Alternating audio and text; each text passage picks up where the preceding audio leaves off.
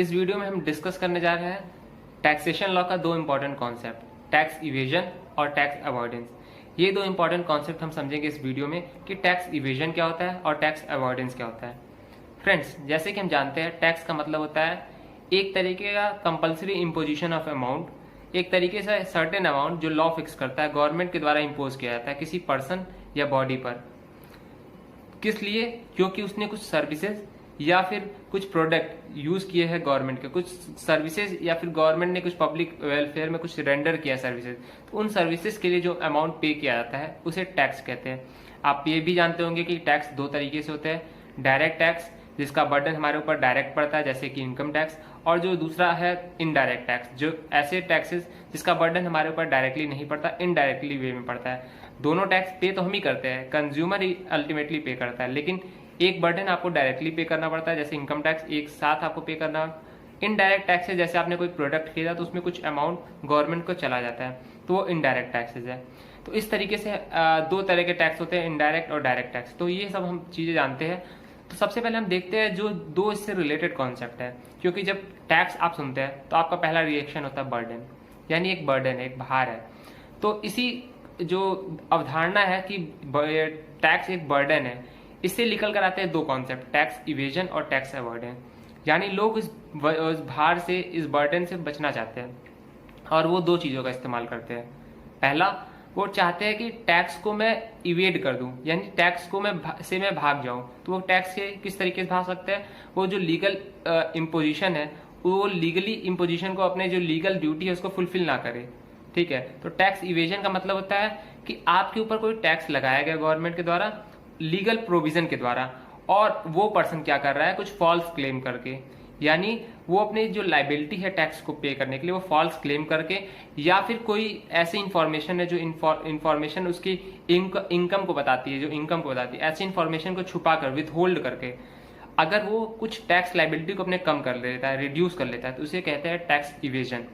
मतलब when a person reduces his liability by taking और making false claims or withholding such information which is regarding their tax liability or income generated in that particular financial year is known as tax evasion। मतलब tax evasion ऐसा concept है जिसमें कोई व्यक्ति अपनी liability को झूठ बोलकर, फॉल्स क्लेम करके, या फिर फॉल्स क्लेम ना करके, तो एक कोई इन्फॉर्मेशन है जो क्रूशियल है उसकी इनकम को असर्टेन करने के लिए, वो इन्फॉर्मेशन को छुपा लेता है।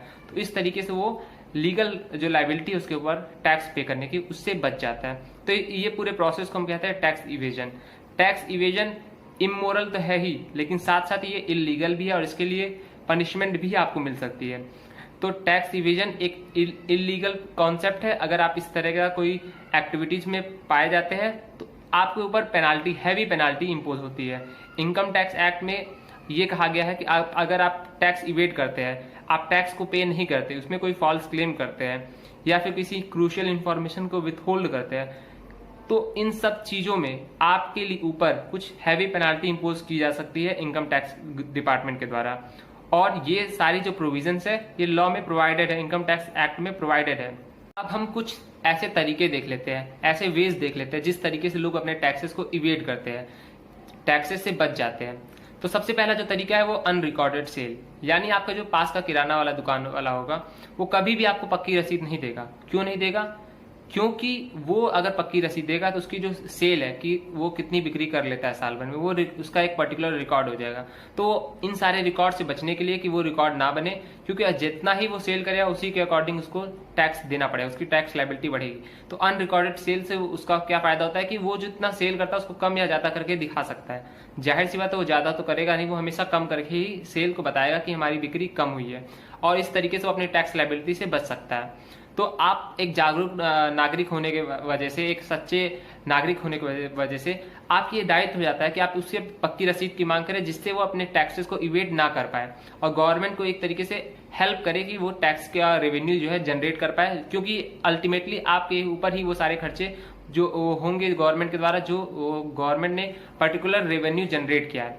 तो पहला जो तरीका है वो है अनरिकॉर्डेड सेल, जैसे कि मैंने बताया जो आपके पास का दुकान वाला है वो कभी भी आपको पक्की रसीद नहीं देगा। दूसरा है बोगस एक्सपेंडिचर आप दिखा लें, यानी आप बोलते हैं कि हमारा ये खर्चा हो गया, ऐसा कोई खर्चा हुआ नहीं है वास्तविकता में, लेकिन आपने ऐसा बोला गवर्नमेंट को, अपने रिकॉर्ड पे दिखा दिया कि हमारा कुछ खर्चा ऐसा हो गया, हमारा हेल्थ में ये चला गया, या फिर हमारा ये बर्डन है, हमारे ऊपर बैड डेप्थ है कि मैंने किसी को कर्ज दिया वो कर्ज मैं वापस नहीं ले पाया, इस तरीके से अगर आप दिखाते हैं बोगस एक्सपेंडिचर, तो ये भी एक तरीके से तरीका है टैक्स को इवेड करने का। तीसरा तरीका, अपने पर्सनल एक्सपेंडिचर को आप बिजनेस एक्सपेंडिचर में दिखा दें। जैसे कि आप अपने लेजर ट्रिप पे गए, आप कहीं पिकनिक करने गए और वो पिकनिक का पूरा खर्चा आप दिखा दें कि एक बिजनेस ट्रिप है, तो इस तरीके से भी टैक्स को इवेट किया जा सकता है, क्योंकि अपने आप वो अगर आप लाइबिलिटी जो है टैक्स लाइबिलिटी उसको रिड्यूस कर देंगे, क्योंकि आप एक्सपेंडिचर ज्यादा दिखा देंगे बिजनेस में। इसी तरीके से जो चौथा तरीका है टैक्स को इवेट करने का, वो ये है कि आप बोगस रिसीप्ट दे कि आपने चैरिटी की, आपने फर्जी रसीद दे रहे हैं आप कि आप ये चैरिटी कर रहे हैं, इस चैरिटेबल संस्था को आपने कुछ चैरिटी में अमाउंट दिया, लेकिन आपने ऐसी कोई चैरिटी नहीं की है। तो ये भी एक तरीका होता है बोगस क्लेम और बोगस चैरिटी करके आप अपने जो भी अमाउंट है टैक्स लाइबिलिटी उसको रिड्यूस कर सकते हैं, क्योंकि जो चैरिटी का अमाउंट होता है उस पर टैक्स नहीं लगता गवर्नमेंट के द्वारा। तो ये एक लूप होल भी है, गवर्नमेंट ने चैरिटी पर टैक्स नहीं लगाया।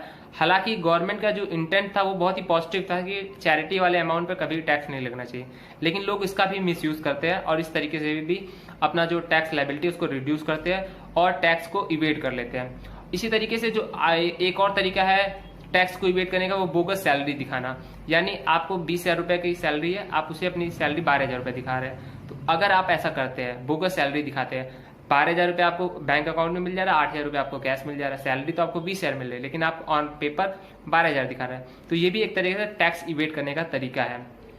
इसके अलावा एक जो इससे पैरेलल कॉन्सेप्ट है, इससे रिलेटेड कॉन्सेप्ट है, वो है टैक्स अवॉइडेंस का।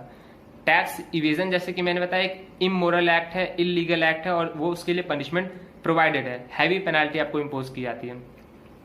लेकिन टैक्स अवॉइडेंस किसी भी तरीके से इलीगल एक्ट नहीं है, वो इमोरल एक्ट है, यानी वो पूरी तरीके से इमोरल एक्ट है, एंटी सोशल एक्ट है, एंटी नेशनल एक्ट है, लेकिन कहीं से भी वो इलीगल एक्ट नहीं है। क्योंकि ये जो टैक्स अवॉइडेंस होता है उसका मतलब होता है कि लॉ की कुछ कमियां हैं, लॉ में कुछ लूप होल है, क्योंकि कोई भी लॉ परफेक्ट नहीं होता, तो उसकी कमियों का फायदा उठा के अपने जो टैक्स लाइबिलिटी आप उसको रिड्यूस कर रहे हैं। यानी कोई पर्सन लॉ की कमियों को फायदा उठा रहा है और उससे अपनी टैक्स लाइबिलिटी को रिड्यूस कर रहा है, तो इस पूरे प्रोसेस को कहते हैं टैक्स अवॉइडेंस। टैक्स अवॉइडेंस का मतलब है कि कोई व्यक्ति अपने लाइबिलिटी को, टैक्स लाइबिलिटी को रिड्यूस कर रहा है कुछ लॉ की कमियों का फायदा उठाकर। सबसे बेहतरीन एग्जांपल आप अगर टैक्स अवॉइडेंस का देखेंगे तो जो आपको सीए होते हैं या फिर लीगल टैक्स के एक्सपर्ट होते हैं, लॉ एक्सपर्ट, ये आपको हेल्प करते हैं पर्टिकुलरली कि आप अपने लाइबिलिटी को कैसे कम कर सकते हैं, अपने एक्सपेंडिचर को कैसे दिखा सकते हैं, किस तरीके से आप मैक्सिमम सेविंग कर सकते हैं टैक्स की। तो ये जो तरीका है सेव करने का टैक्स, हालांकि ये इमोरल है, ये गलत है, आपको ऐसा नहीं करना चाहिए, क्योंकि जो भी टैक्स आपके ऊपर इम्पोज किया जाता है वो अल्टीमेटली आपके ही लिए खर्च किया जाता है गवर्नमेंट के द्वारा, क्योंकि गवर्नमेंट को ये सारे पैसे आप पर ही, पब्लिक पर ही खर्च करने हैं। लेकिन लोग ऐसा नहीं करते, लोग अपने टैक्स को ज्यादा से ज्यादा बचाना चाहते हैं, तो ये इमोरल तरीका भी उठाते हैं, लूप होल्स का भी फायदा उठाते हैं। ये सारे जो लूप होल है वो अल्टीमेटली अगर आप एनालाइज करें तो दो ही लोग बचा सकते हैं, एक या तो सीए कोई होगा क्योंकि वही एक्सपर्ट होगा उस पर्टिकुलर चीज में कि किस तरीके से आप टैक्स अपने कम कर दें, दूसरा कोई अगर लॉ का एक्सपर्ट होगा तभी वो बता सकता है लॉ में क्या कमी है, एक कोई जनरल पब्लिक ये हेल्प नहीं कर सकती। यानी इसमें हाई लेवल जो अथॉरिटीज होती है वो भी रिस्पॉन्सिबल है।